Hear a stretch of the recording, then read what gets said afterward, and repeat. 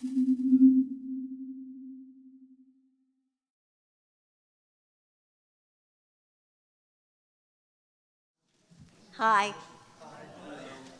My name is Dale Friedman. I want to welcome everyone to Players and Playwrights presentation of plays, 6 of them, and a monologue, written and directed by local writers in our group. For those who don't know us, we are a group of readers and writers, sometimes both, who meet once a month to workshop new plays. And twice a year, we do dramatic readings of some of these plays. Anyone is welcome to become a member. Just ask me for more information after the show. And after this show, we'd like to have a talk back, allowing all of you to ask questions of the writers and performers. Also, I would like to mention 2 productions from other groups. We like to support each other in the arts. One of them is a children's play, Rumpelstiltskin, on Saturday, August 19th at 3 p.m. and 5 p.m., Sunday, August 20th at 3 p.m. Only $10, and it's at Studio Space in Summers Point. Again, you can get more information at intermission or after the show. We had flyers. Unfortunately, it looks like the custodial staff put them in the trash. Another group, which is also at Studio Space, is doing a play, Modern Drama. It's a Broadway-themed comedy about infidelity, revenge, and love. And it's also in Summers Point. Admission is $20. You can get advance tickets on Eventbrite or just pay at the door. And the dates now, it's already started, are the 7th, the 8th, and the 9th at 8 o'clock. So if you have any interest in either of these, please ask. At this time, I'd like to ask everyone to check their phones, make sure that they're off or at least on vibrate. There will be a 10-minute intermission. And now, with no further ado, let's begin our first play.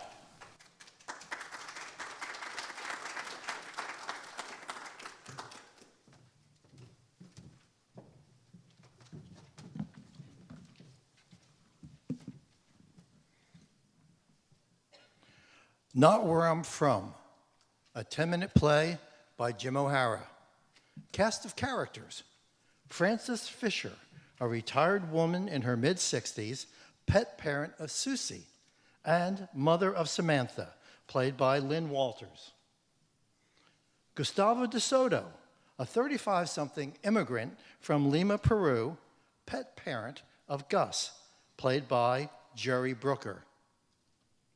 Samantha Fisher, a 40-something accountant, daughter of Francis, played by Wendy Lowe's. Scene 1, at the dog park. Setting, a dog park in Anytown, USA. Time, early afternoon, present-day spring. At Rise, there's a long park bench center stage and the sounds of dogs in the background. You play with the other puppies, Susie, but don't get that new sweater dirty. Mommy knitted it just for you. Frances enters wearing ballerina flats and pushing a stroller with one hand. A newspaper is under one arm and a Starbucks container in the free hand. Frances places the coffee carefully on the bench, sits down, and opens the newspaper. Let's see what's happening in the world today. Oh my, there are deaths everywhere. Politicians are at it again. Illegals streaming over the border. So depressing. At least the Starbucks is still good, even if it's $4 a cup now. Maybe I'll just read the Arts and Leisure section today. There's got to be some good news there. Oh, wonderful. 2 climate activists have superglued themselves to the Mona Lisa. Stay where Mommy can see you. Permiso, senora. My goose is playing under that tree. Do you mind if I sit here? It's still a free country, and this park is open to the public. Gracias. Which one is yours? Excuse me? Which dog? Mine is the lab boxer shepherd mix. He is a rescue. Oh, my Susie is a purebred Yorkie. Her sire was an AKC champion twice. She's obviously the pick of the litter. Okay, Lindo. My goose picked me too. His brown eyes said, "Take me home, Gustavo." That's me. I am Gustavo. I never get an animal from the shelter. With a mixed breed, you never know what you're taking home with you. But with a purebred, you get clean bloodlines and a guarantee. Goose cannot help who his parents were. He is a sweet, gentle, and wonderful companion. If pet owners were responsible by neutering mixed breeds in the first place, the world would not be overrun with strays and mongrels. I am a responsible pet parent. Goose is well loved and well cared for. Are you saying if I cannot afford a purebred dog, I do not have the right to have one? In my experience, people at dog parks who have so-called rescues tend not to keep an eye on them or clean up their mess. It's the rest of us who have to pick it up or wind up stepping in it. Not all of us. See, I came armed. Poop bags. Well, the exception that proves the rule. Senora, because my dog is a rescue, I must be irresponsible, yes? Are you sure that that is the reason and not because I am an immigrant? Oh, please. My ancestors were all immigrants, but they came here legally after the war. So now I am an illegal immigrant too? You're so impudent. Don't put words in my mouth. Okay. What are you saying? I come to the dog park to drink my coffee and read my newspaper while my Susie does her business, not to engage in pointless conversations with rude strangers. How have I been rude? Please explain. Off stage, the sounds of dogs barking loudly fills the area. Oh dear, there's a strange dog on top of my Susie.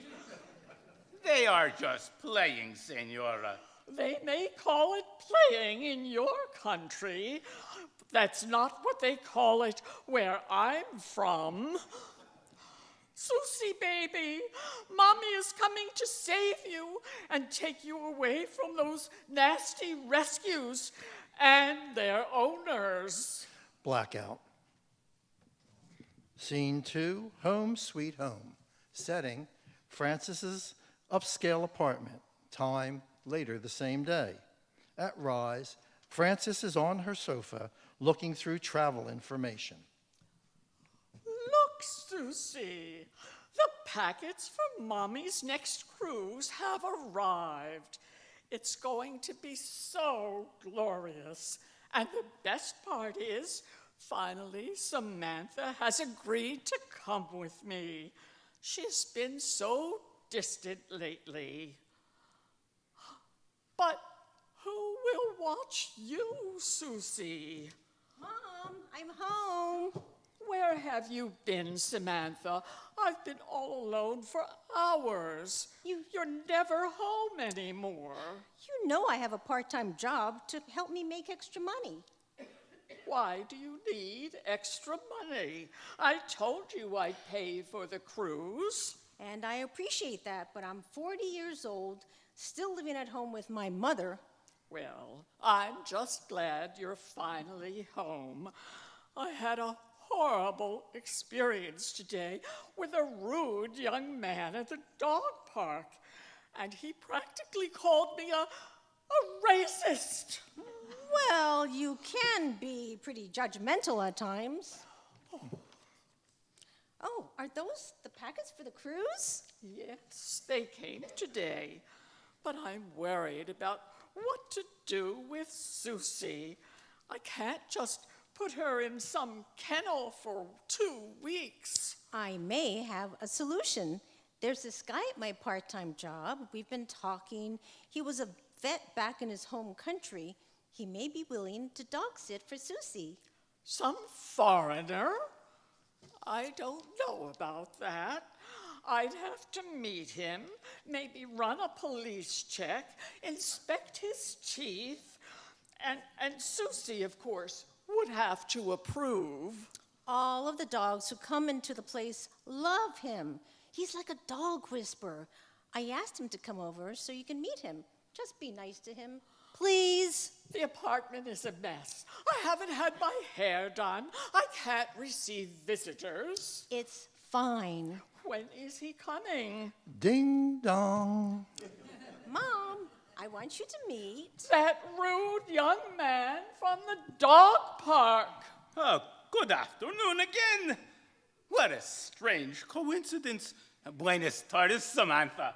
Gustavo and Samantha air kiss each other on alternate cheeks. What are you doing here in my building? And why are you kissing my daughter? It is the customary greeting in my country. I invited Gustavo here so you could meet him. He's willing to watch Susie while we go on the cruise. We don't even know him. Why would he be willing to do that? Because I asked him to. I told you he was a veterinarian back in Lima. How do you know this Gustavo person? And why are you kissing him? Mom, I met him at my part-time job. I am Gustavo, Senora. Gustavo Antonio Fernandez y de Soto. Well, that's certainly a mouthful. Mom, please. Gustavo and I have been seeing each other for a few months. And I'm just hearing about it? I'm entitled to have a life, too. Besides, I really love him, and he loves me, too. I do, Senora. I love your daughter. I was going to tell you about us while we were on the cruise, but there have been some new wrinkles. We want to get married. Married? That's completely out of the question. What do you even know about him? I know that he's a good man. He's kind and loving and supportive. And I know that Samantha is intelligent And beautiful. I'm sure you'd love that green card that marrying an American citizen would get you. Mother, that is so mean. Why does there have to be some hidden motive? I want to spend the rest of my life making her happy as my wife, Mrs. Samantha Fisher de Fernandez. And if I object? We want your blessing, Mom, but we don't need your permission. It sounds like you have it all figured out, whether I like it or not. This isn't the way I wanted to break the news to you, but we have decided to get married. And have a church wedding with my family in Peru. What about our cruise? I don't know if I want to take a cruise now. But it's already paid for. I'll lose. Excuse me. Samantha, mi amor, are you okay? ¿Qué pasó? I'll be fine. Just some passing nausea. Wait a minute. From meeting a dog whisperer to a church wedding in Peru at the speed of light? And now you're sick? What's going on? I'm not sick, but you are going to be a grandma. Oh my God, you're pregnant? I'm going to faint. Senora, please sit down. Elevate your feet, and then you will feel better. Mom, you're scaring me. Are you okay? I'm going to be a grandmother. I can't believe this is happening to me. What will Susie think? Mother, it is not about you. Blackout. Epilogue. Early afternoon, spring, 1 year later. There's a long park bench center stage and the sound of dogs in the background. Gus, Susie, watch your adorable offspring. Sophie, Tucker, stay away from those mean puppies under the tree. Grammy Frances will be right over here on her favorite bench. Frances enters wearing Skechers from stage left, pushing a baby carriage. She sits on the bench, reaches into the stroller, takes out a thermos, and pours herself a cup of coffee. Gustavo and Sammy brought back this wonderful coffee from Peru. So much better than Starbucks. Look at the pictures your mommy and daddy sent Grammy from their honeymoon cruise. You do have daddy's dark eyes, don't you, my love? You're so pretty. Let's see what's happening in the world of El Pequeño Inca. I think we were up to the part where the emperor's son flies over the valley on the back of the condor. What do you think, my little princess? Shall we start there? Que bueno. Curtain. End of play.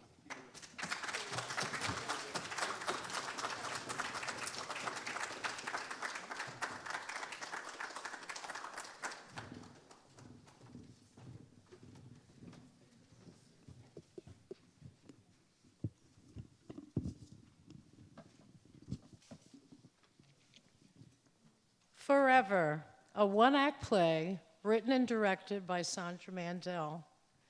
Characters: Ida, a woman in her 70s, played by Deborah Scher. Ethel, Ida's older sister, played by Shirley Belitsky. Housekeeper, played by Linda Schwartz. At Rise, the two sisters are sitting in a lounge on a cruise ship, sipping wine. This cruise ship is so pretty. It is, but they never get my food right in the dining room. Well, Ida, your demands are ridiculous. Bad enough you need everything on the side, extra garlic, and light on the oil. But when you ask the waiter to cut your meat, I wanted to crawl under the table. I paid a lot of money for this cruise, and I'm entitled to get it the way I want. The waiter turned your plate upside down, and not a drop of oil came out. I saw some. And it was embarrassing when the chef came out to investigate. So? It's a cruise ship with thousands of people. I think you're the only person in the history of sailing who had the chef come to their table. And the waiter probably spit on your food, or worse. It's none of your business what I do. You should worry about your own food, and I'll worry about mine. Can we just drop this? Okay, Ida. Can't wait to see Anne Frank's house again. Last time I was there, I had trouble climbing those stairs. What happened is... I know, Ethel. You've told me many times before. Geez, Ida, you're always talking all over me. And I never told you that before. Anyway, they said Anne Frank had a cat that got loose. It reminded me of the time you let Nugget out, and he never came back. That happened over 60 years ago. I apologized a million times. You just let this go? There are things in life you never forget, and that's one of them. Get over it. I was allergic to him anyway. Nice, Ida, nice. Please, Ethel, let's just enjoy our trip. We hardly ever see each other. You're right. Ridiculous to fight on our vacation. I did want to talk to you about something. Okay, what is it? When the time comes, I think we should be buried together. Come on, Ethel, we just finished dinner, and my food isn't even digested yet. So what? I don't want to discuss this. It's too depressing. No, it's not. It's comforting. We'd be company for each other. Would you rather be all alone? Not really. Besides, I don't want dirt all over me. You know I'm a germophobic. Okay. How about we get cremated and have our ashes thrown in the water? I thought that was illegal. What do they do if they find out? Kill us? What if a shark comes along and gobbles us up? That's not going to happen. How would you know anyway? You'd be dead. I might. Who knows what happens after you die? Leave it to you to think that one up. I'm not doing it, and that's final. Okay, calm down. I think I have an answer. What crazy idea do you have now? We could still be cremated and have our ashes in an urn together. Well, that certainly seems safer, but we're not going to die at the same time. Look, it's easy. Whoever dies first goes into the urn, and when the time comes, the other sister's ashes will be added. Blackout, scene 2. At Rise, Ethel is in a strange place and begins to stir. So, you finally made it. Made what? Look around and you'll figure it out. Well, just give me a second to wake up. Good luck with that. It's you, Ida! I must be dead or something. The dead part is more accurate. How did this happen? How should I know? I've been in this urn for years, all alone.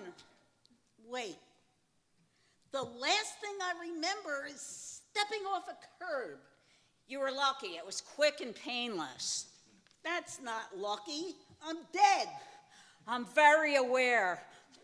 I can't breathe. You're too fat, and you're suffocating my little petite ashes. You should have lost some weight before you died. But no, you're too selfish to do that. I had an eating disorder, for God's sake. You wouldn't understand. Your entire life you ate mostly lettuce and other green things, like a rabbit. We're going to be here for all eternity. Let's be nicer to each other. We'll end up killing each other if we don't stop. That's funny, Ethel. So, what's been going on the last several years? My Simone got divorced about 3 years ago. That must make you happy. You didn't like her husband anyway. I didn't. But now she's dating a transsexual who works in a beauty salon. What's a transsexual? Beats me. And my granddaughter quit school to join a cult. What's the name of it? It's called Digital Destiny.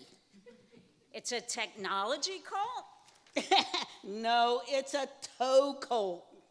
Who cares about toes? Not me. They believe to avoid death, you must have your toes examined, and they charge $1,000 per exam. They should have their heads examined. Short toes represent short temper, and fat toes indicate you're an alien. I feel like I failed as a mother. I think you did. Oh, and this coming from someone whose son has a coffee phobia? I could understand bugs, high places, even clowns. But coffee? Don't you dare make fun of my Clyde. At least he's successful in the tea industry. And it's okay for you to tell me I'm a horrible mother. You're the horrible mother. Did you hear that? Hear what? I thought I heard a cat meowing. I didn't hear anything.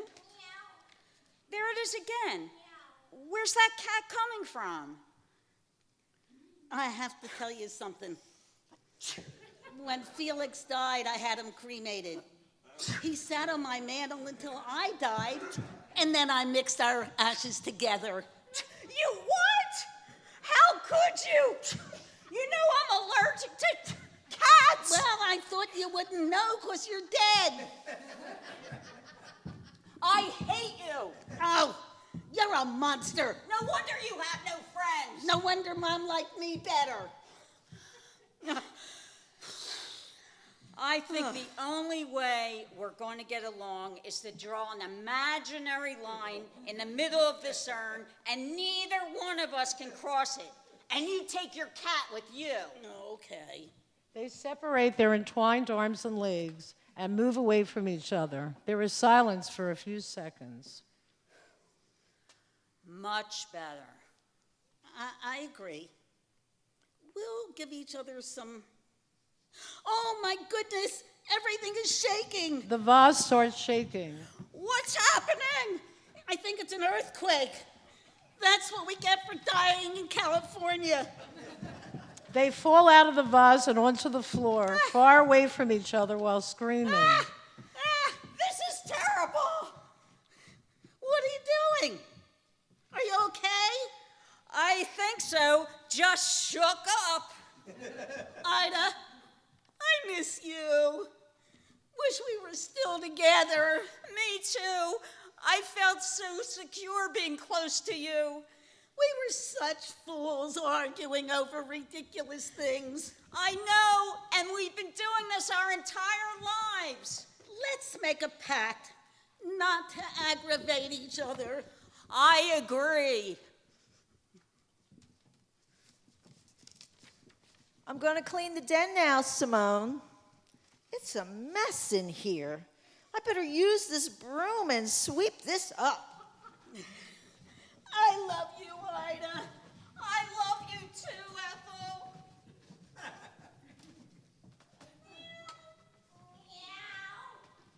Blackout, end of play.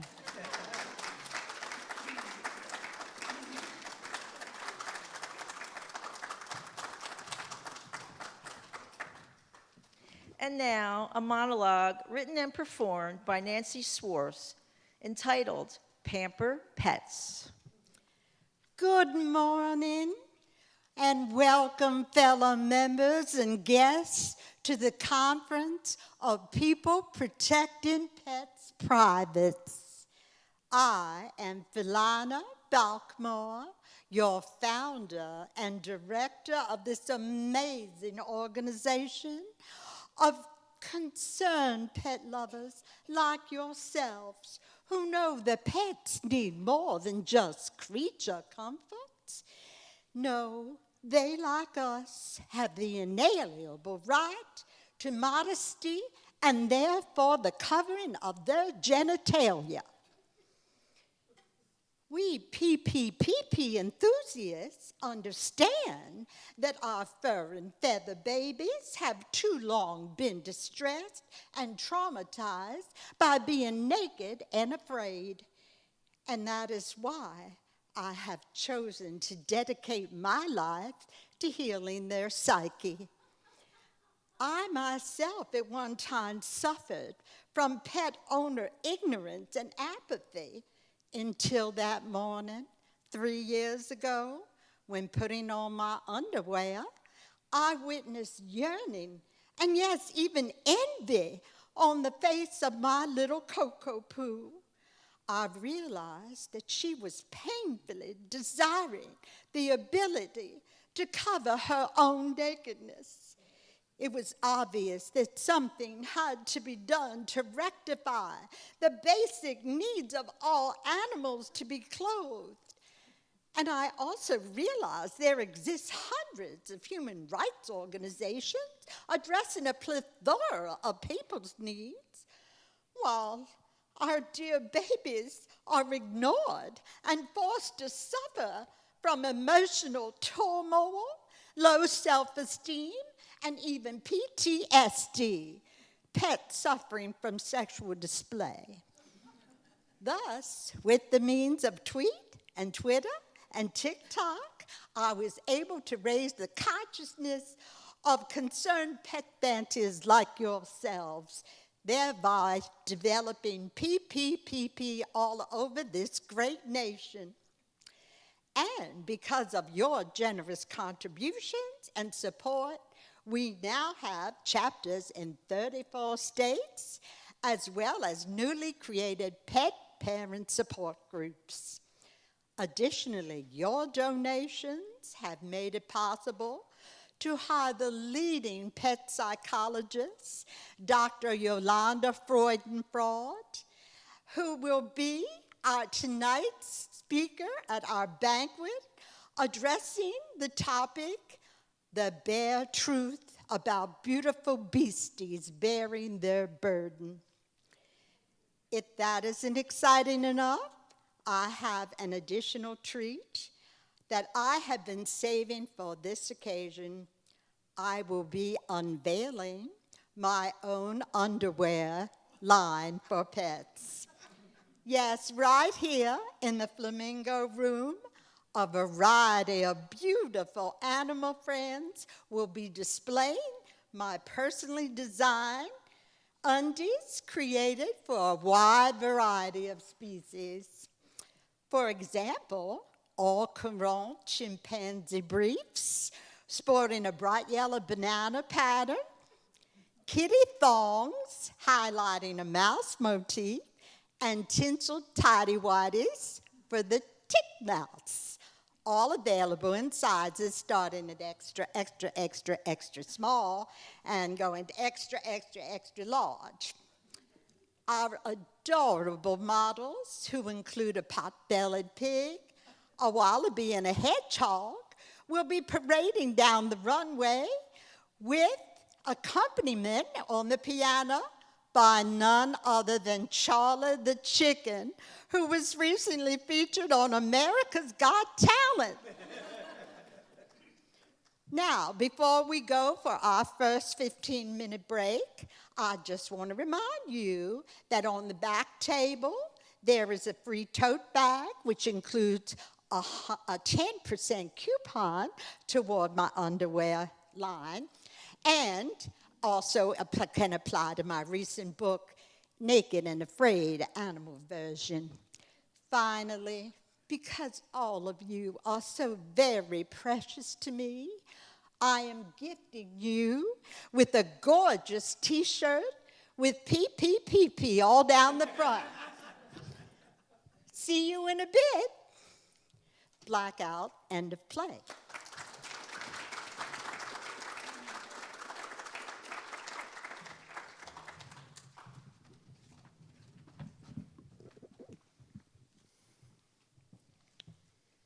The Bad Good Old Days by Tom Chin.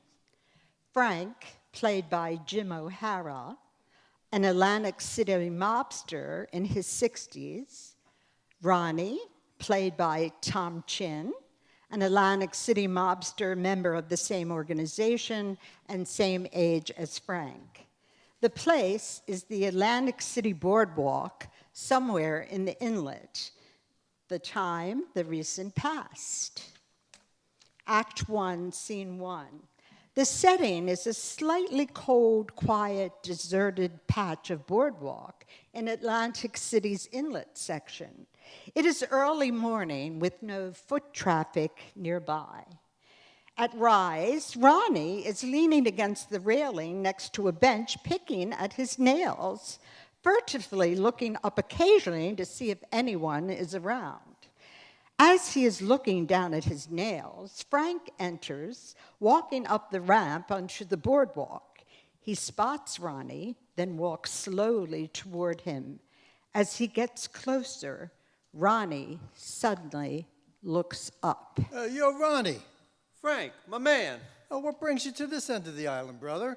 I could ask you the same thing. Hey, I asked you first. What brings you up on the boards this early down here? I bought one of them condos over by the lighthouse. This is my new old stomping ground. Didn't Howard tell you? But this neck of the woods is a long way from your patch, Mr. Uptown, or is it now, Mr. Longport? Hey, I know this. I know this neck of the woods like the back of my hand. I was born and bred down here. We both were. Yeah, I'm proud of it. I miss those bad, good old days when we used to ride our bikes down to Captain Starnes and we'd go into Garbage Mills, get some popcorn, steal something. Garwood Mills. It was all garbage. Yeah. Remember those summer nights walking the boards, going on the rides? Oh, what were we, 16, 17? Hitting the arcades, skee ball. Hey, I was the pinball champ. Yeah, how about that time on Central Pier we picked up the machine so the ball wouldn't drain, huh? And there was two of us. Always two of us. We stuck together. Yeah, like two bad apples. Those were the days. We were family, like brothers, you and me. Twins. Except I was better looking. Yeah. Like Siamese twins, we couldn't be separated. We went everywhere together. Remember that time we picked up the two strippers outside the Capitol Burlesque? Frank, nights like that you just don't forget ever. Yeah, but over the years, there's a lot of things you do forget. One thing I won't forget is I took the rap for something you did. Oh, what did I do? I can't remember. And anyway, what does it matter now? I just remember all of a sudden there were these two cops handcuffing me and hauling me away. I think I remember breaking their jaws. Those two pigs that grabbed you. Yeah. And that was when AC was classic. You knew where you stood. Then gambling came in and took over and changed everything. Seems like overnight all the hookers were off Pacific Avenue and in the casinos. Ronnie, by the time the casinos hit, Atlantic City was already shit. Ain't much better now. Just more glitz. All the casinos ever did was change the faces of which badass mothers would be running the show, leaving us bad old-timers to fend for ourselves. Yeah, you mean bad as in bad or bad as in good? Frank, when I say bad, I mean bad. You gotta survive somehow, you know that. Yeah, I do. But Ronnie, ain't nothing new. Bad people never go away. They're always around, somewhere. Look at us. Look at us, what, Frank? Look at you, up here on the boardwalk, thinking you don't stand out like a sore thumb, like some leftover they forgot to bury, leaning against the rails, picking your nails, trying not to look all suspicious like. I don't. Oh, the hell you do. I could see it a mile away. The minute my foot touched the ramp, I said to myself, there's an asshole standing up there looking for trouble. Then I got closer, and I said, that's not an asshole, that's Ronnie. You're the asshole, Frank, not me. It takes one to know one. Where'd you read that, on some bathroom wall? This is stupid. We skipped a page. Your decrepit old mother told me that, too. Leave my decrepit old mother out of this. But Frank, if we're just like brothers, then she's your decrepit old mother, too. It's not her fault I'm the baddest ass in town. And you know it, always have been, always will be. Usually I charge for advice. But I'll tell you something for nothing. Like what, smart ass? How about foreign monopoly? Games don't have AC street names. What? I don't understand. What part of that don't you understand? Frank, doesn't make sense. Why were... Ronnie, cut the bullshit. Just hand over the package and let's get it over with. Howard set this up, didn't he? I know he did. How come he sent you? He just did. But Howard told me... Whatever the hell Howard told you, it's all water under the boardwalk. This is stupid. What's stupid, Ronnie? If Howard wanted you to have the package, why didn't he give it to you in the first place? Why do you have to get it from me? I don't know. Maybe you should ask him that next time you have one of those private, cozy talks with him. I don't have private, cozy talks, chats with Howard, not like the kind you're suggesting. He's got others for that. So, are you going to lie to my face and tell me you weren't at Howard's last Friday? I was, but I wasn't having any cozy chat. I had some business I needed to discuss it about one of my boys. Yeah, Ronnie, the boys. If I were you, I'd keep those boys in line. A lot better. And there's only one way of doing that. Don't change the subject, Frank. This still don't make sense. Howard sending you for a pickup?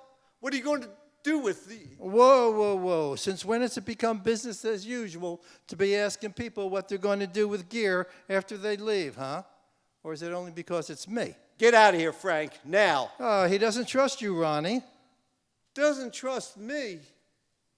If he didn't trust me, why would he have told you to tell me foreign monopoly?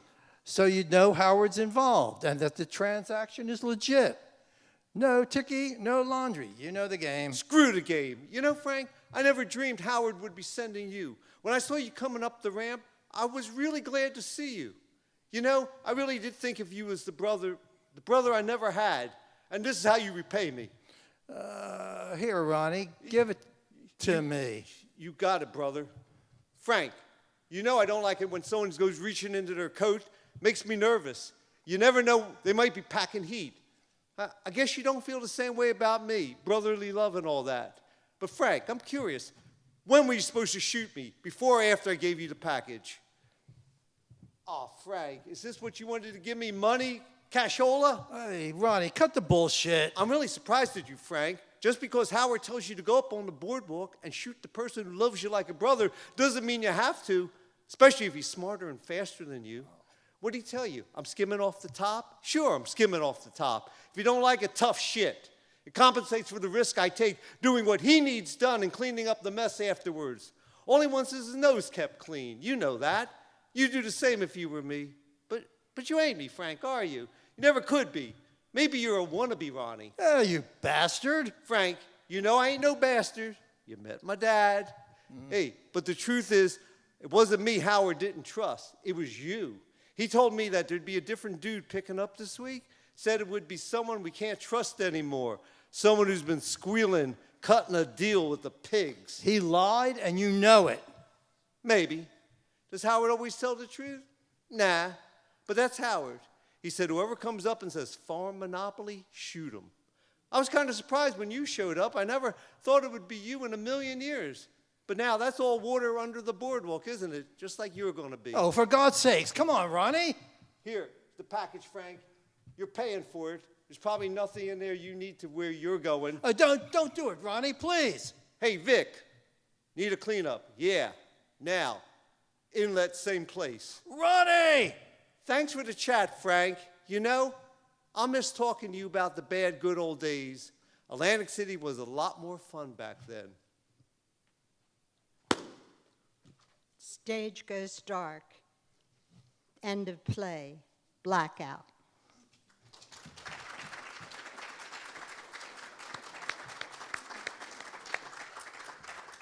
We will now take a 10-minute break. Ladies and gentlemen, we're ready to begin our next play. If you would all be seated or standing, it's up to you. Again, please make sure your phones are off because sometimes in intermission we turn them on. So I hope you enjoy the second act.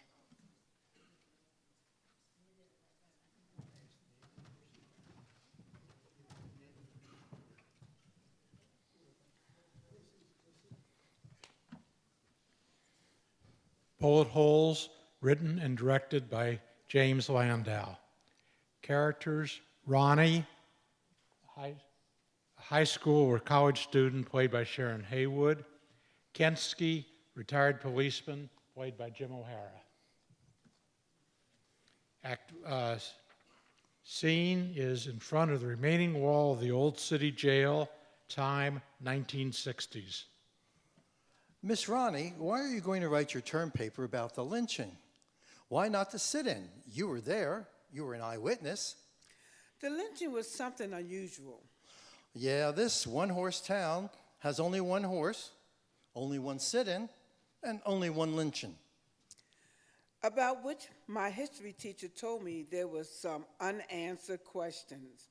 And since you was involved and I can interview you, Mr. Kensky, why did you bring me here? Well, this is the only remaining part of the old city wall jail. See here? I put them there myself. Yourself?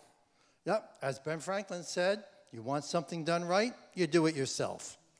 What does that have to do with the lynching? Those bullet holes are the misses from when I shot the Klansmen. Yes, I got the newspaper clippings.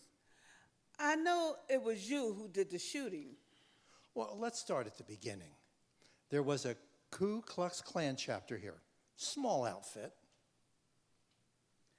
You was a police officer then, wasn't you? Couldn't you do anything to stop the Klan?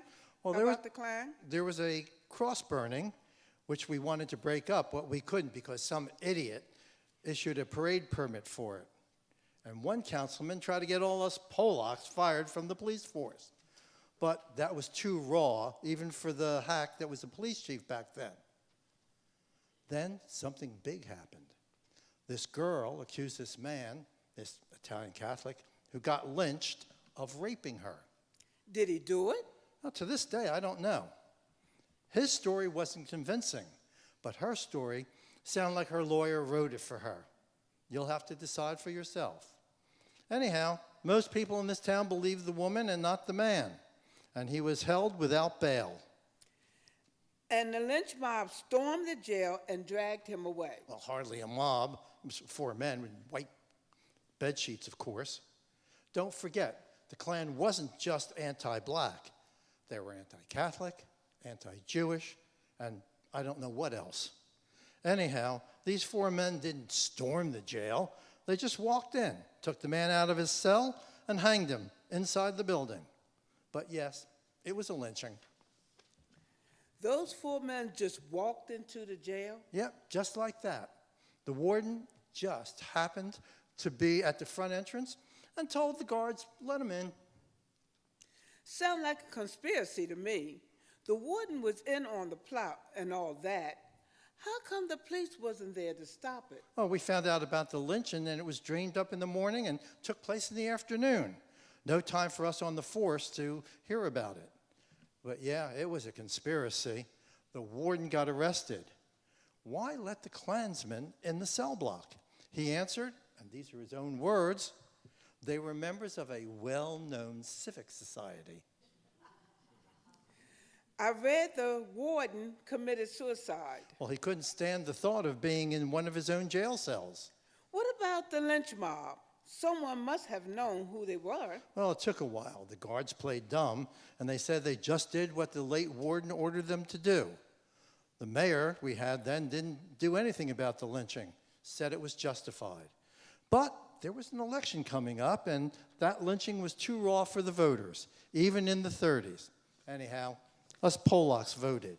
So we got a new mayor, and right away he fired the police chief and brought in a new one with orders to crack the case. I got drafted for the detective squad, even though I was on burglary detail. And you started questioning people, wiretap, what did you do? I was the one that solved the case, but it was dumb luck. Who cares? Like most good police work, it was informers. There was a man who came up to me in secret and said his boss, Whitey Whitaker, good WASP name, was in the lynch mob. Dragged Whitaker off to the new chief's office. Don't know what the police chief did, but Whitaker confessed. Turned state's evidence, never went to jail. Turned out he wasn't in the lynch mob, but he named the 4 men who were. Wait a minute. Only 2 men was arrested. What happened to the other 2? One disappeared and we never found him. The other one died of a heart attack. We got the other 2. They were in the jail here for about a week, and then there was this jailbreak. And they were shot by you.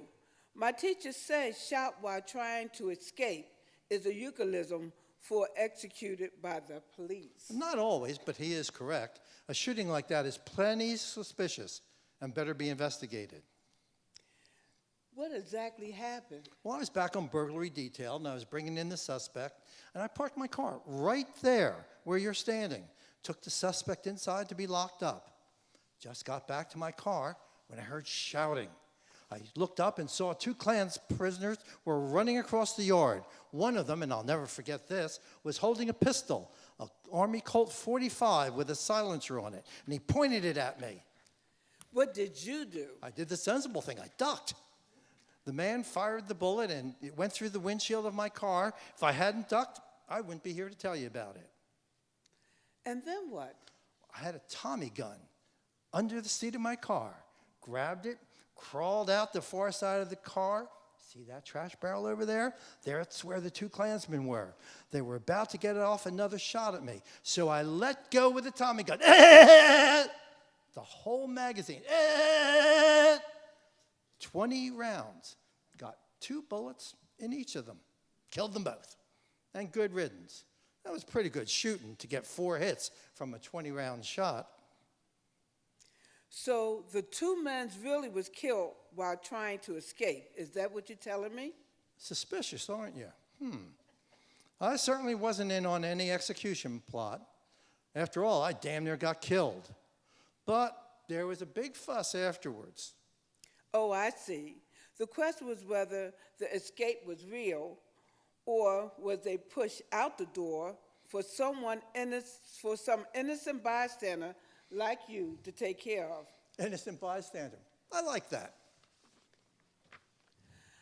I don't see how 2 men can simply walk out of their cell and get a gun. It had to be phony. The man was pushed out to where you were. The guards told the same story, that the prisoners had suddenly pulled the pistol on them. How could a prisoner get a loaded gun without the guard knowing? Yeah, we traced the gun back to the prisoner's lawyer, also a Klan member. He claimed that he had loaned it to someone who never returned it, so we couldn't hang anything on him. In which case, the escape was real, and it was bad luck for them that you was there. Well, maybe the guards gave the gun to the Klansmen and pushed them out the door, where I would be sure to kill them. Why would they do that? Because they had something to hide, something to do with the original lynching, with the warden dead and the Klanman dead. Dead men tell no tales. So either the prisoner was shot while trying to escape, or they was shot while trying to escape as an excuse to rub out embarrassing witnesses. Well, Go ahead. Okay, I'll continue my story. The local newspaper loved the conspiracy theory. According to their version, the guards discovered a gun and confiscated it without telling anyone.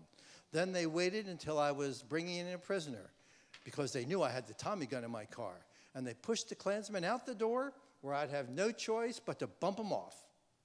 So there was conspiracy, but you wasn't in it. Right. You can't put anything over on your generation.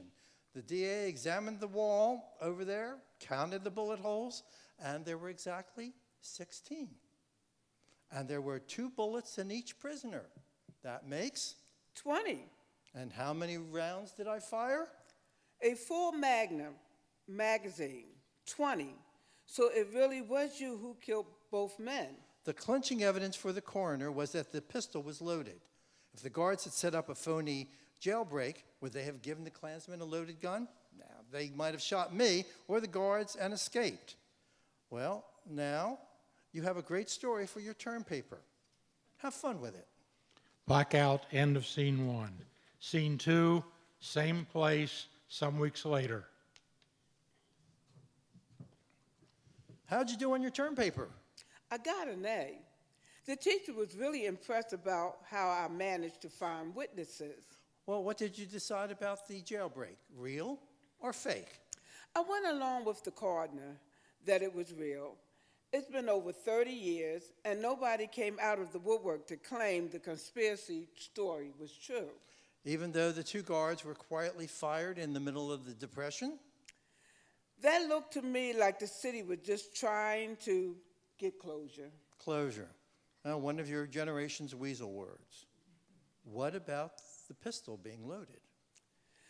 That too was convincing. Why would guards take a chance with a loaded gun?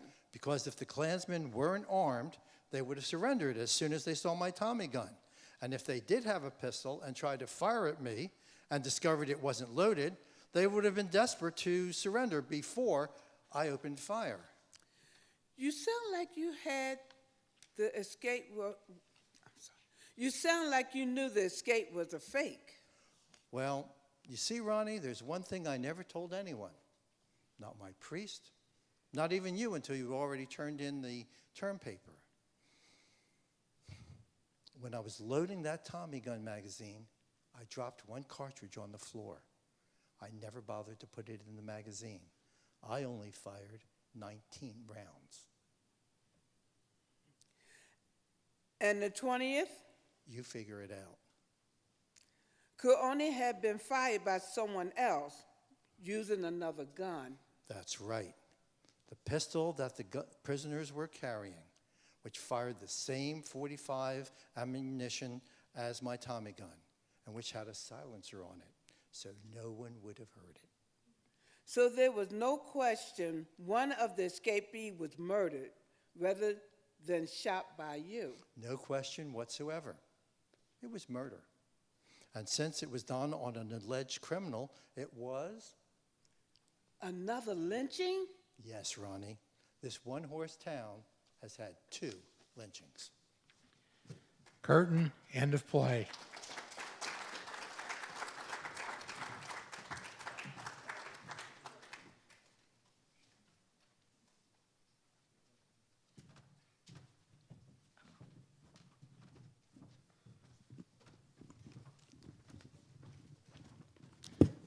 Our next play, The Last Turtle, by Pete Ernst.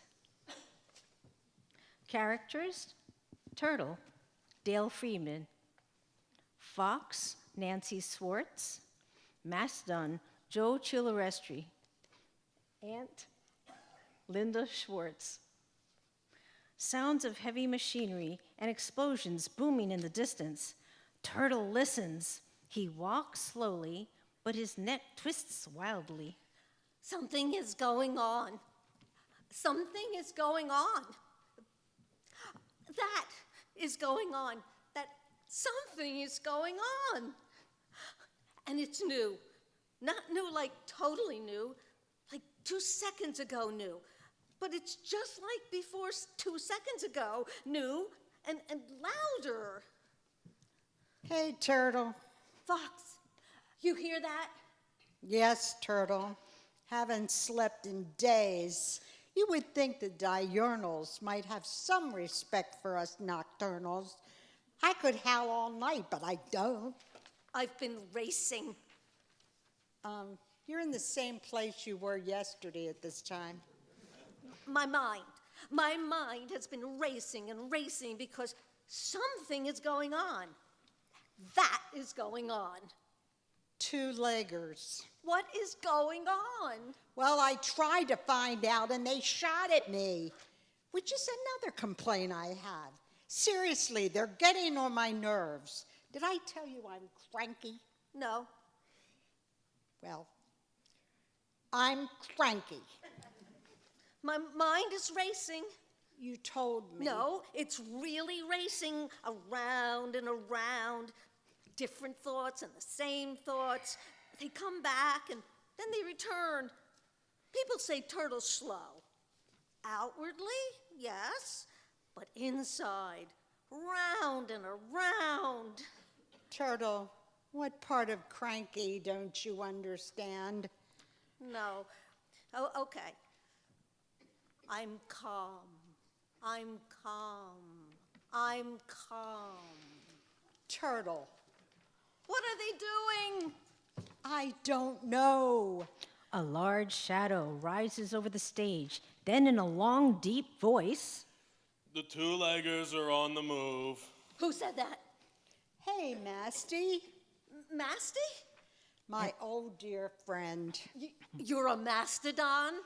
Elephas americanum. You're extinct. So they say. Fox, you see a mastodon?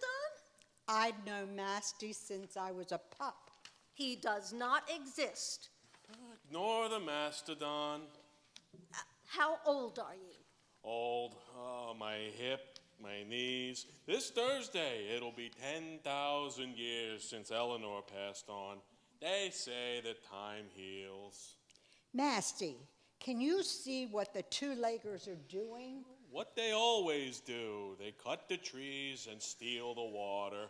enter Ant. She walks and talks as if leading a march.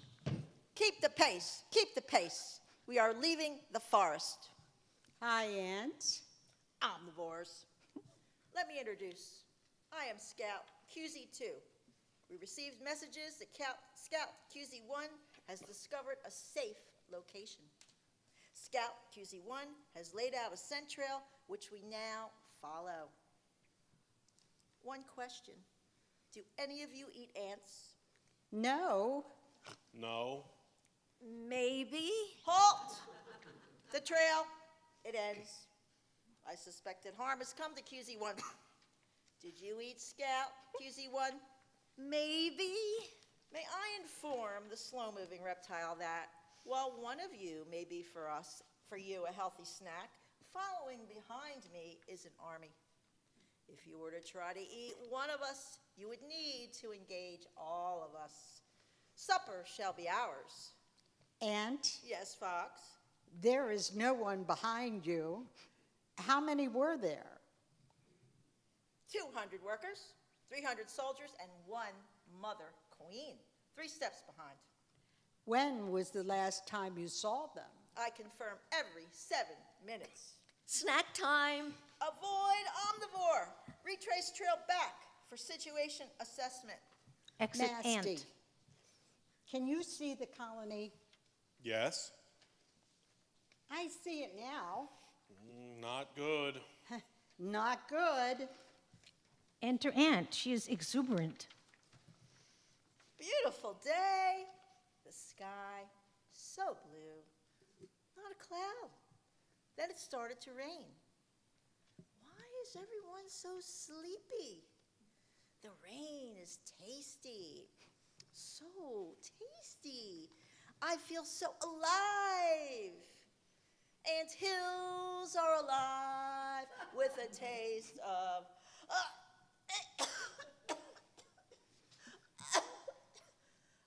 I think I'll lay down. God, save the Mother Queen! Ant collapses and dies. Turtle, what are you doing? Eating the ant. The ant was poisoned. That's the ant's problem. If you eat the ant, you eat the poison inside the ant. That makes no sense. This ant is fresh. I'm hungry. Do you want to play flip turtle? No, How about spin the turtle? you wouldn't. Then don't eat the ants. A very loud explosion, much closer than before. The earth shakes. The animals stumble. A second, even louder explosion. Turtle falls onto his back. Fox tries to flip him onto his feet. Third explosion. Fox and turtle fall. Mastodon stumbles, but keeps steady. Oh, the 2-leggers are feeding. Oh, I remember. A pond was right here. Crystal clear water. Hundreds of turtles swimming, sunning. We will survive.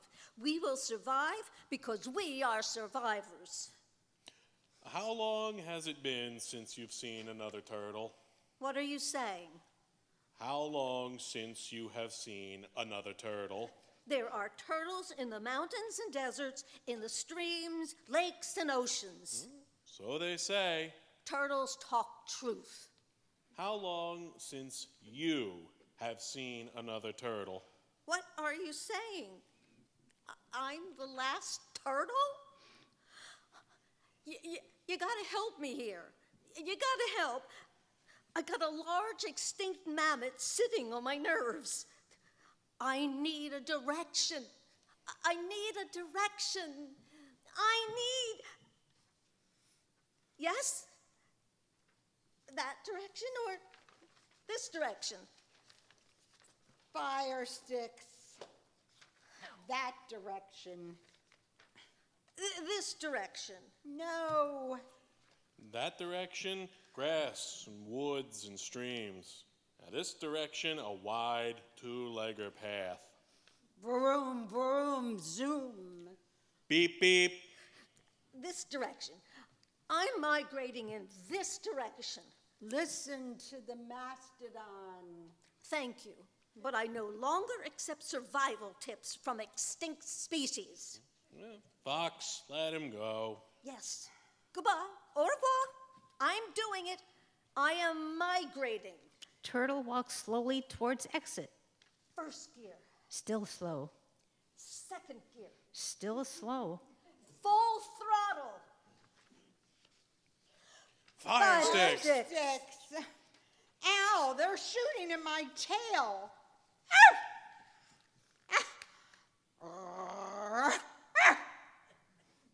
Nasty, you've got to help.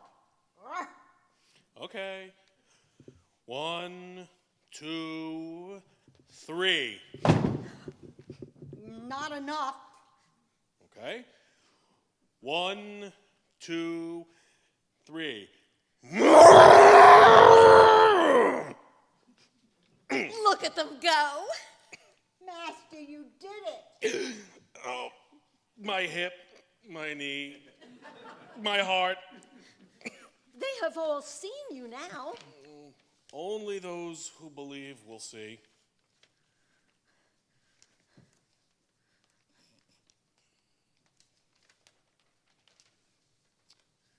Hang on. Not too far, Nasty, is a large rock formation. I know it. There you can rest. This way, is that okay, Turtle? I'm with the big guy. I will keep a lookout for stubborn reptiles. Fox, turtle, and mastodon exit. Curtain, end of play.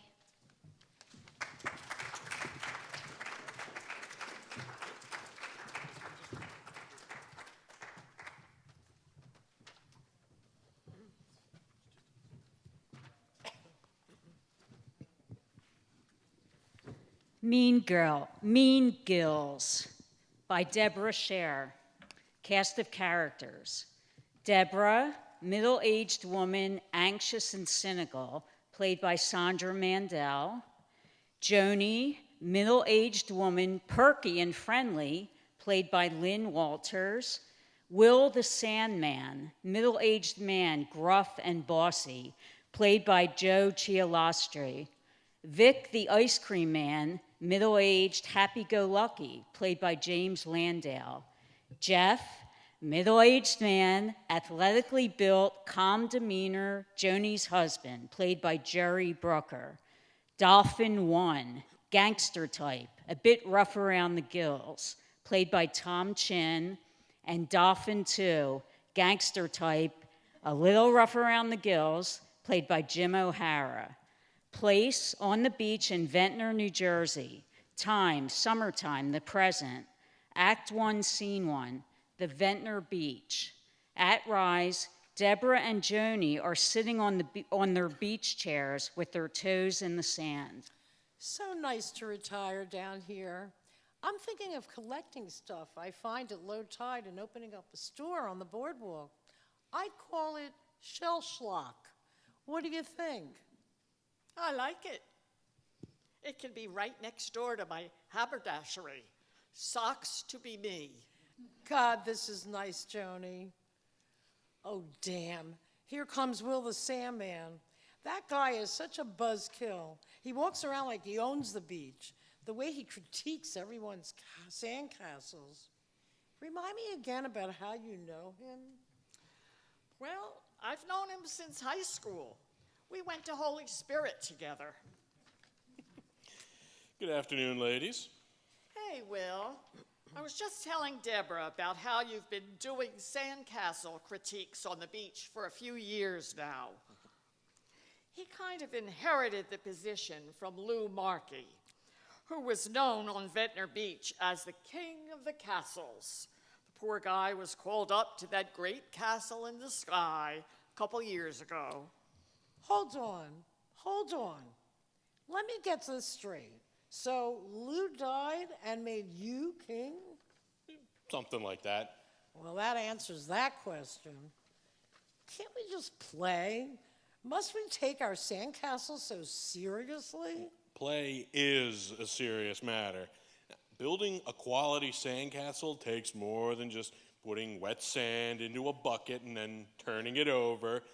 There's lots to ponder, like what size should the bucket be? How wet should the sand be? What's the historical perspective on sandcastles on this beach? Geez, Will, you're kind of taking all the fun out of it. Well, my mission is to make Ventnor a world-renowned sandcastle beach. And we'll get accolades from all over South Jersey. Yeah, it'll make up for us losing the lifeguard races every year. Well, even Longport will have to acknowledge us, let alone Margate. Well, ladies, gotta go. Another sandcastle awaits. Hey, kid, freeze! You're using the wrong shovel. He's very important, you know. Yeah, so he tells us. So who's next in the lineup of beach authorities? The Sandcastle Scion? The Horseshoes Harringer? Ice cream, ice cream. Yo, Vic, over here. Ice cream, just what I need. Hi, Joni. What can I get for you? Give me an ice cream sandwich. Coming right up. And how about you? I'll have a fudgy wudgy. On second thought, I'll have 2 fudgy wudgies. Tough day? You might say that. You know, it's interesting that you're asking for fudgy wudgy.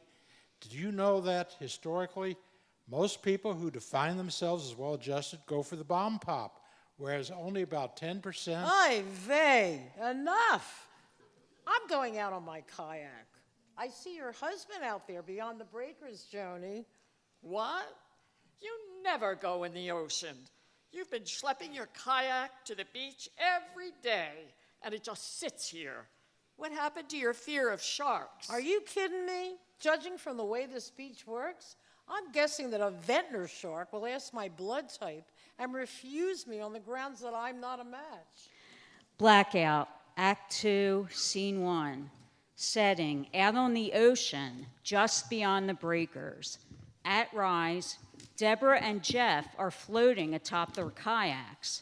They're facing the beach, chatting. A buoy floats behind them. Isn't it beautiful just floating out here? I'm glad you finally got up the courage to actually bring your kayak out into the ocean rather than have it just sitting there on the beach. I'll tell you, Jeff, the beach is starting to get scarier than the ocean. Anyway, yes, it really is so tranquil. Did you ever think that being out here is like being on stage and everyone on the beach is like the audience watching us? I never really thought of it that way. No? Well, take a look. They're all just sitting there facing us, hoping for something exciting to happen.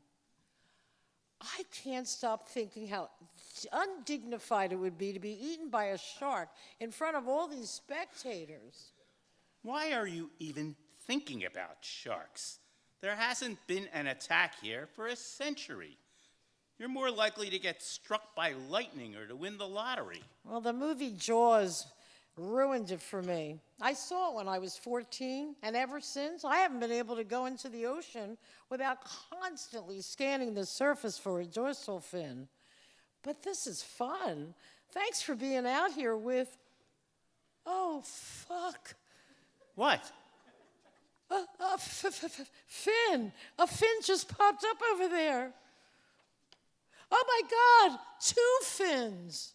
Oh, wow. Cool.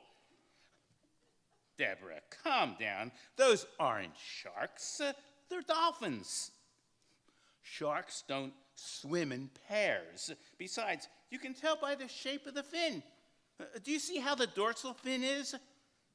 Deborah, it's okay, I swear. Oh, my God. Oh, my God. Oh, my God. Deborah, stop! You're headed right for the swimmers! Blackout, Act 2, Scene 2. Setting, the beach, a few minutes later. At rise, Jeff is sprawled on a blanket and Deborah is standing with a towel around her shoulders. I can't believe the lifeguard just yelled at me for bringing my kayak in where there are swimmers. My life is in my hands, and I'm going to worry about the swimmers? Hey, sometimes it's just every man for himself. I don't understand what you were so freaked out about. They're just dolphins. They don't hurt anyone. You don't know that. Jesus, do you even know how much a dolphin weighs? Well, I'm guessing 1,000 pounds. Deborah, I've been scuba diving for 30 years now, and I never, ever seen a dolphin hurt anyone or even try to. They're very friendly creatures. That's not what they showed on Shark Week. dolphins can take out a great white shark, and they even kill each other if they get pissed enough. I'm telling you, they're not that innocent. I don't think so, Deborah. No matter what you saw on that Fakakta Shark Week, I've never heard of one incidence of a human being who's been injured by a dolphin. Okay, but what if these were rogue dolphins and they just wanted to mess with me? You know, like do flips over my head or something. Or maybe knock me out of my kayak and then pump me around like a soccer ball. Why would they want to do that? Come on. Hey, to us, the ocean is recreation. But for them, it's home. Maybe they're sick of us stupid humans pissing in their living room, dumping trash in it, disturbing it with those obnoxious cigarette boats, let alone the Blue Angel flyovers during the air show. What if they decide to take out all of their pent-up anger on an unsuspecting kayaker? Trust me, I've gone diving all over the world, and I can assure you that there's nothing to worry about. In fact, people pay good money at Disney World just to swim with dolphins. There you go. Another reason for them to despise us. One day they're just hanging out in the ocean being dolphins, and the next thing they know, they're stuck in a pool and forced to cavort with a bunch of spoiled, entitled brats. Okay. Listen. Now that you know they're just dolphins, not sharks, and they're not going to hurt you, you've got to get out there again. Right away. Never. Well, Deborah, I was just talking to the neighbors, and they're all sitting back there, and they're quite impressed by how you came bounding down over the waves like a bat out of hell and crash landed on the beach. Oh my God, they must think I'm a mad woman. What happened? We had no idea that you could paddle so quickly. And in between all those swimmers. Remember how you said that the beach was like an audience? Well, now they've all seen you. A sold-out Labor Day crowd, no less. You've got to show them that you're not afraid to get right back out there.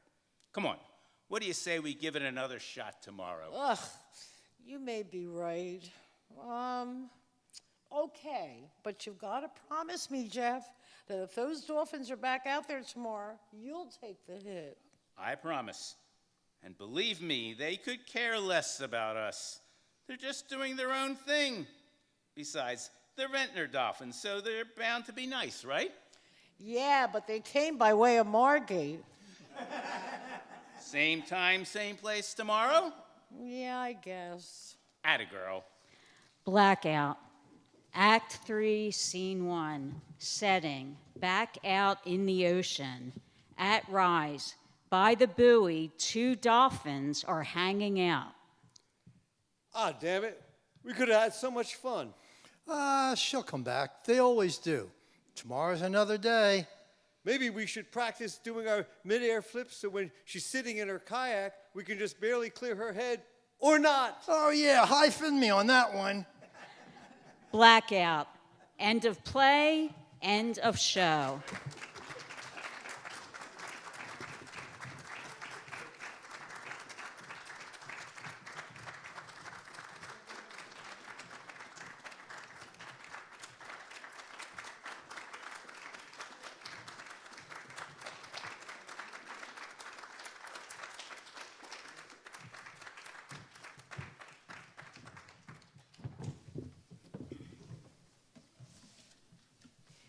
Thanks so much for being such a good audience, and I hope you enjoyed the performance.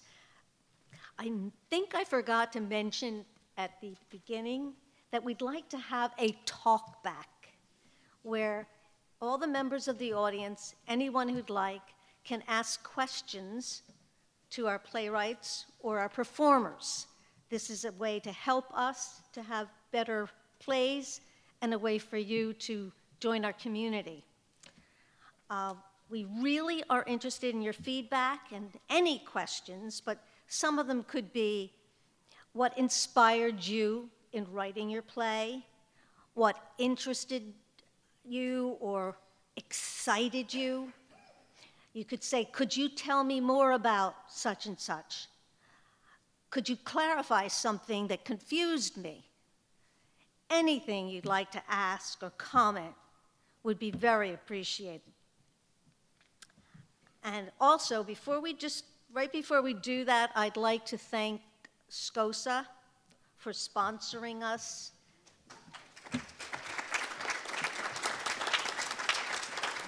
Particularly David Burdick, the head of SCOSA, who has been an immense help for doing this performance and all along. Okay, now I'd like to have the playwrights introduce themselves, but if anybody wants to stay, and anybody who does want to stay, please come more closer forward so that we can hear you when you ask your questions. Okay. Please. Deborah Scher, Mean Girls. Jim O'Hara, not where I'm from. Tom Chin, the bad good old days. Sandra Mandel, forever. Nancy Swartz, Advert Pet. Jim Landau, Bullet Holes. Pete Ernst, The Last Turtle. Anyone want to speak up, ask? Yes, please. I'd like to ask anybody who wants to answer. I'm a writer myself, I'm a poet. It's not a play. What happens first, the characters or the moral idea that you want to address through the play, or does it depend? What's the process of writing a play? I'll answer that. Hi. The first thing that I do, and I guess everybody does it a little bit differently, I pick the characters, and I have an idea of where I want to go from beginning and just the end. I don't know what I'm doing with the middle yet. Some people do the whole thing. Some people just write spontaneously. But I like to have, that works for me, to have some kind of a guideline as to where I'm going. How much time do you spend on one play? Like months, years, days, hours? You know, it really depends on the play. I've written a play in a few days, and I wrote other plays in like 3 years. So it really depends on the play.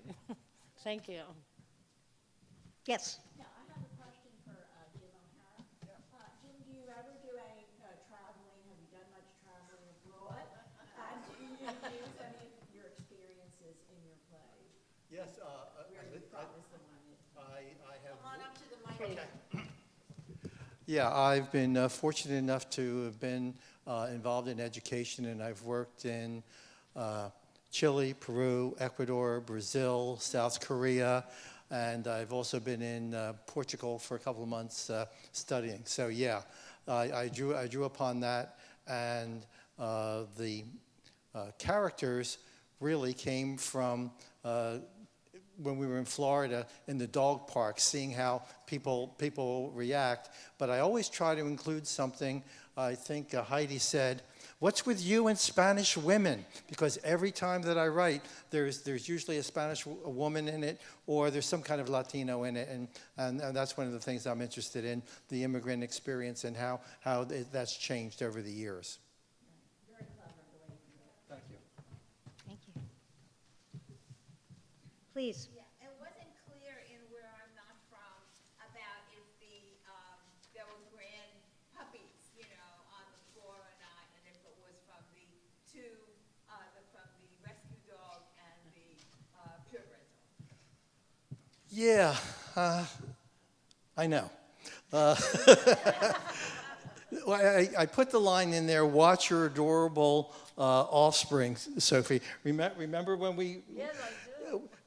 Sandra and I collaborated on this, and that line actually was hers. But we were trying to make sure that you knew that these were their offspring, and also that they are mutts, that they are mongrels. But it seems like I haven't gotten that across. I'll have to continue to work on that because we got it because we're used to it. But if you didn't get it, and it's important to know that the puppies are Gus's and Susie's, and I did have them Sophie and Tucker. But if it's not clear that these are the offspring, then I need to work on that. Thank you. Good question. Yes, Ed. I would like to ask Peter Ernst about how he got the idea for his play and how he selected and why the various animals. Well, first of all, the first edition of the play was actually a workshop a long time ago. This is the beginning of it with the Fox and the Turtle. I wrote about 10 years ago. And then for some reason, the Mastodon came to me, and then that sort of broadened the play. Just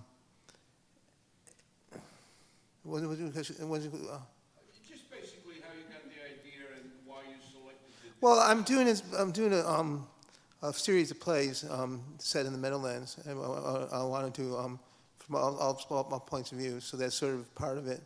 And I think what happens is that a lot of playwriting is almost like puzzles. You try to take an item and you try to fit it in the hole, and it either fits or it doesn't fit.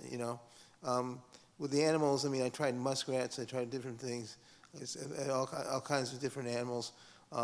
These animals seem to work. The ant was basically a plot device, and they needed. That was the last character I created.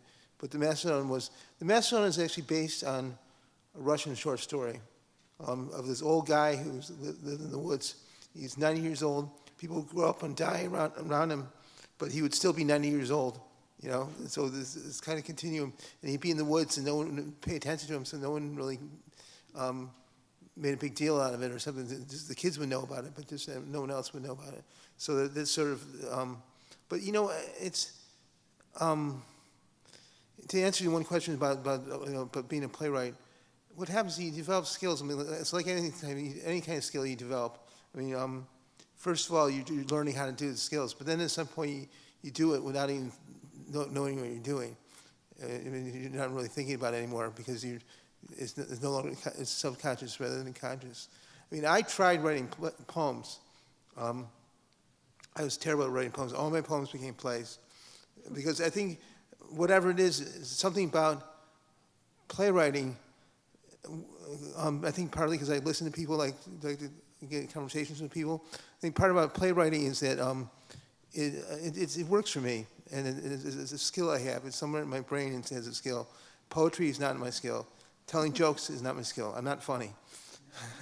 But sometimes I have humor and stuff like that. But people try to get me to write skits, and it doesn't work. But you eventually find your voice, and you find what you can do, and you find out what is good, and when you do it, and what you're good at, and when you're trying to do something you really should be doing, or it's bullshit. So hopefully. Yes. Yeah, Tom, what gave rise to inspire you to choose this topic? I'm going to repeat that because I don't think everyone heard you. What inspired you to choose that topic for your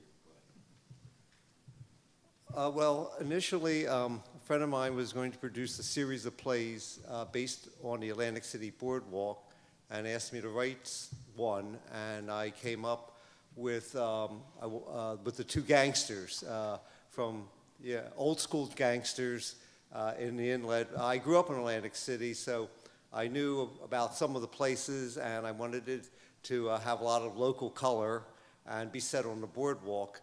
The other thing that inspired me, I once read a play about two men waiting in a basement, and they're talking, but the audience knows something bad is going to happen. They don't know what, neither do the men, and that kind of inspired me to think about what kind of situation could arise that could be menacing with just two men waiting on the boardwalk, especially if they have guns on them. Thank you. Yes, please. Question for all the writers. Have any of you co-written a play with somebody else? And what's the pros and cons of doing something yourself versus co-writing with somebody? Anyone want to challenge that? Challenge it. I shared an agent one time with another writer. We're no longer friends. It's really hard. Sometimes it works, but there's famous writing teams. Billy Wilder, and we had the film director had always worked with a collaborator. It depends, but it's very hard. I mean, it's like a marriage. It either works or it doesn't work. You know. Anyone else want to speak on that subject? Thanks for the question. I wrote a play with my 90-year-old neighbor, and I let him do like the snappy dialogue for like a 30s type of, Cary Grant, that snappy dialogue. And then I brought in what I knew about, what's going on now. And sometimes it's just taking the knowledge from both people who are very different, and it's kind of a cool collaboration. Just talking to each other and then putting it down on paper. Thanks. James or Nancy, you want to? Well, I mean, we've had a chance to talk, yeah. so. I'll just respond to your question about how do you start a play or where do you go. I think everyone differs in that. For me, I tend to be a student of American culture. One of my undergraduate degrees was in American culture, the other in psychology. And so I tend to look at the irony of situations in life. And I start with that concept usually, and then embellish it and work on it. So. I'm not a playwright at all, can't write. But to answer your question, what I have noticed a lot is not necessarily a total collaboration, but particularly a new playwright who writes, they can be mentored by someone who's been writing a long time or someone who really is almost a dramaturg who can help them shape their ideas and into a play, because a play is so different from even from a screenplay or an article, a book, or a poem. So to take their ideas and help them shape them.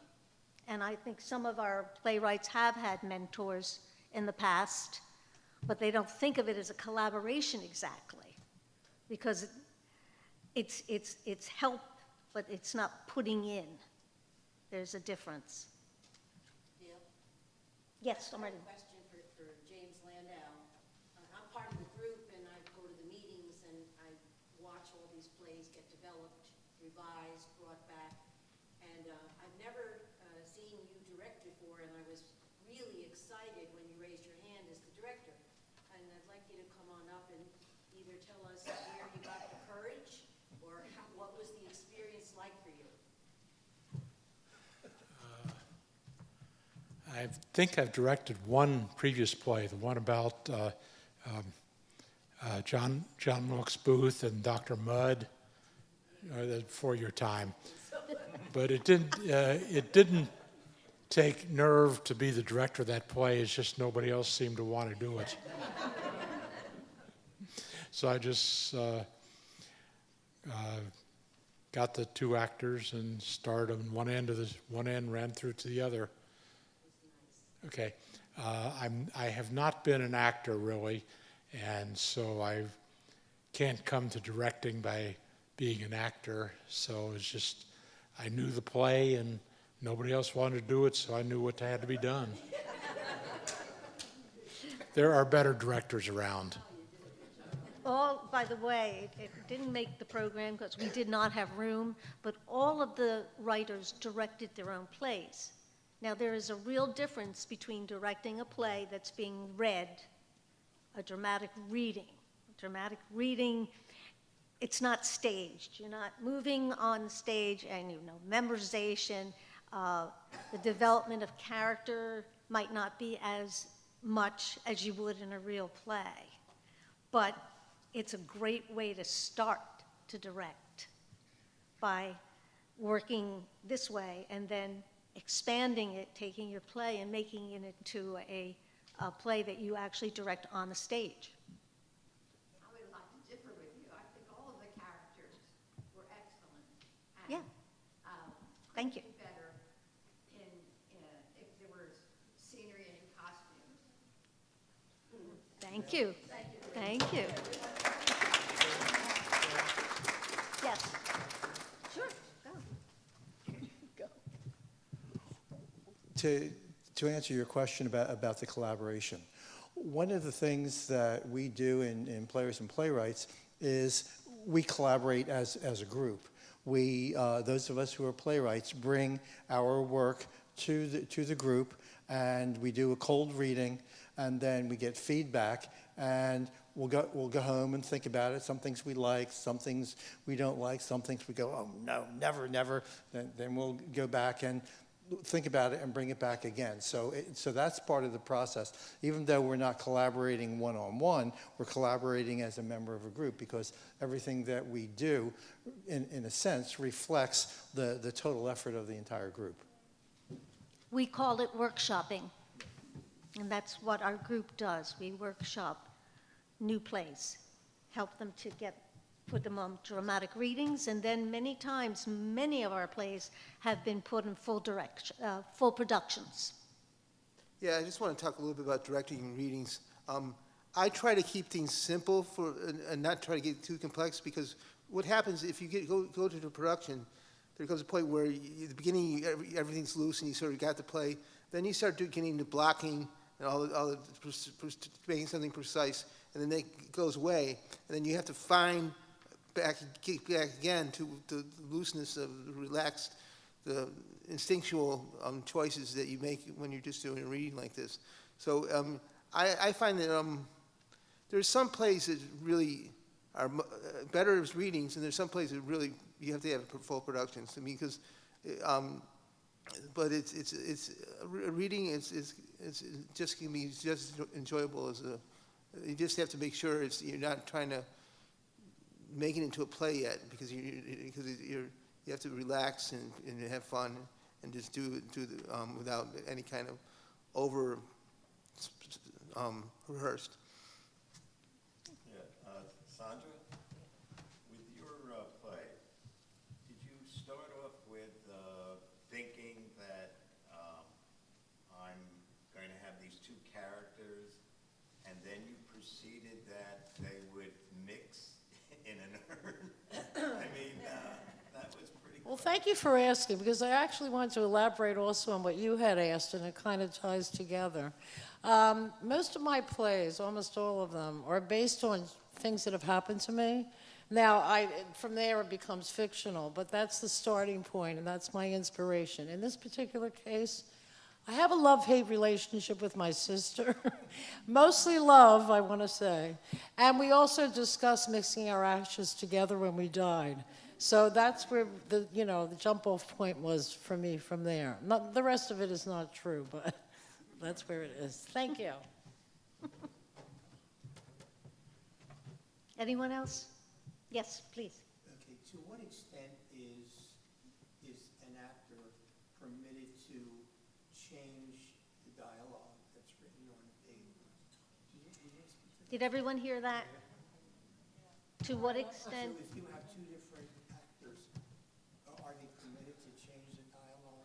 They can suggest it. I mean, we're the final say, so to speak, but they can say, gee, this might work better. And sometimes I have to say, actors come up with some great ideas, and I go, oh, I didn't even think about that. So we do listen to them, but the final editing really belongs to us. Is that true of all? Is that true for all? Yes. I would love to key in there, because I work a lot with some of these writers, and I remember we were working on Jim O'Hara's play, which I pulled out Players and Playwrights. I'm the owner of South Jersey Players, and it was called Like Fish After 3 Days, and we started working on it in rehearsal to be fully memorized and produced at our dinner theater at Sephora, and we came up with something at the ending as actors and directors. He was not there, right? You were away, I think. I was in Florida. Yeah, and so I remember one of the actors said to me, I was directing, he said, well, you got to ask Jim before you go and change that. And I said, oh, we're going to produce this thing. So I did. I backed down and I wrote to you. I think he called me. I called you. Yeah. I think I wrote to you first. You called and then me. we talked, yeah. We had a conversation, and you agreed to it, right? But it's tricky, because I've also worked with Tom Chin like that on Hello Again, which we also produced. And there were things that the actors came up with. It was Nancy and Tom himself who was in the play, and he also wrote it. But he had to have the last word on any changes as far as writing, right? Interpretation is a different story. That might be the director. Right. But you know, it's wonderful to work on a new play. It's different than working on a published play of a playwright that's been, you know, either still living or dead. You know, if you're working on something like Lee Blessing's plays or Christopher Drang's plays. Or Shakespeare. Yeah, or Shakespeare. But Shakespeare is in the common domain. But if you have the rights to the play, let's say you have the rights to a published play as a director or a producer, you cannot go and change things. Once you have the rights, you would have to ask, and the answer's probably going to be no. You don't want to take any chances with that, because sometimes they plant people. You know, they know you have the rights. They plant people in the audience who are part of the ownership of those rights to make sure that people are not disobeying the rules, so to speak. Yeah, it is. I'd just like to say something that you asked about actors changing lines, but there's a lot of ways for actors to say a line that changes the meaning of the line without actually changing the words. And that's what actors do the best. They interpret it with their character, because they study the character, and sometimes they come up with things that the playwright didn't have in their mind at the time, but when you hear it spoken out, you say, you know what? Wow, that's pretty good. And that's the director's call on how it actually gets presented. That helps. I just want to say something. Actors sometimes, if they work on a script for a while, actors tend to ultimately know more about their character than the writer does. I mean, it's because they're their world, and I've allowed sometimes actors will tell me, say, my character wouldn't do that, and my play changed. I had the ending of my play originally was the turtle was going to get walked into the car road, and the turtle, it was another reading that said, no, the turtle's got to live. You know, it's like, and sometimes the writer, it's usually not so much the writing of the individual lines, but sometimes it's the big things. So sometimes you just miss, you have a blind spot, and you got it going towards something. And in this case, it just would have been really bad for the play. A lot of times, I mean, but it's usually the actors, when they read the play, sometimes get the logic of the characters better than sometimes the writer does. Yeah. I think one last. I just want to say something. If you're up doing a play, you have your body movements, how you place characters, and you can say a lot with body movement without changing any language. So the director and the actors have a lot that they can say without words. Exactly. This is the beauty of players and playwrights, because the writer has the ability to see an actor read their lines. I'll just give you an example. Let's say that this piece of paper says, I love you. I love you. I love you. Yeah. I love you. That's exactly what you're saying. And so when you write a play and you see an actor enacted, it may be not the intent you wanted at all, because all those variables that you mentioned, the tone of your voice, your body language, your facial expression is all part of acting. So it's a very multi-complex entity, acting and writing and performing. It has so many different facets, so you're right. And let's not discount the director. The director will take a play, not change a single word, and it could be totally different from what the playwright imagined when it wrote the play.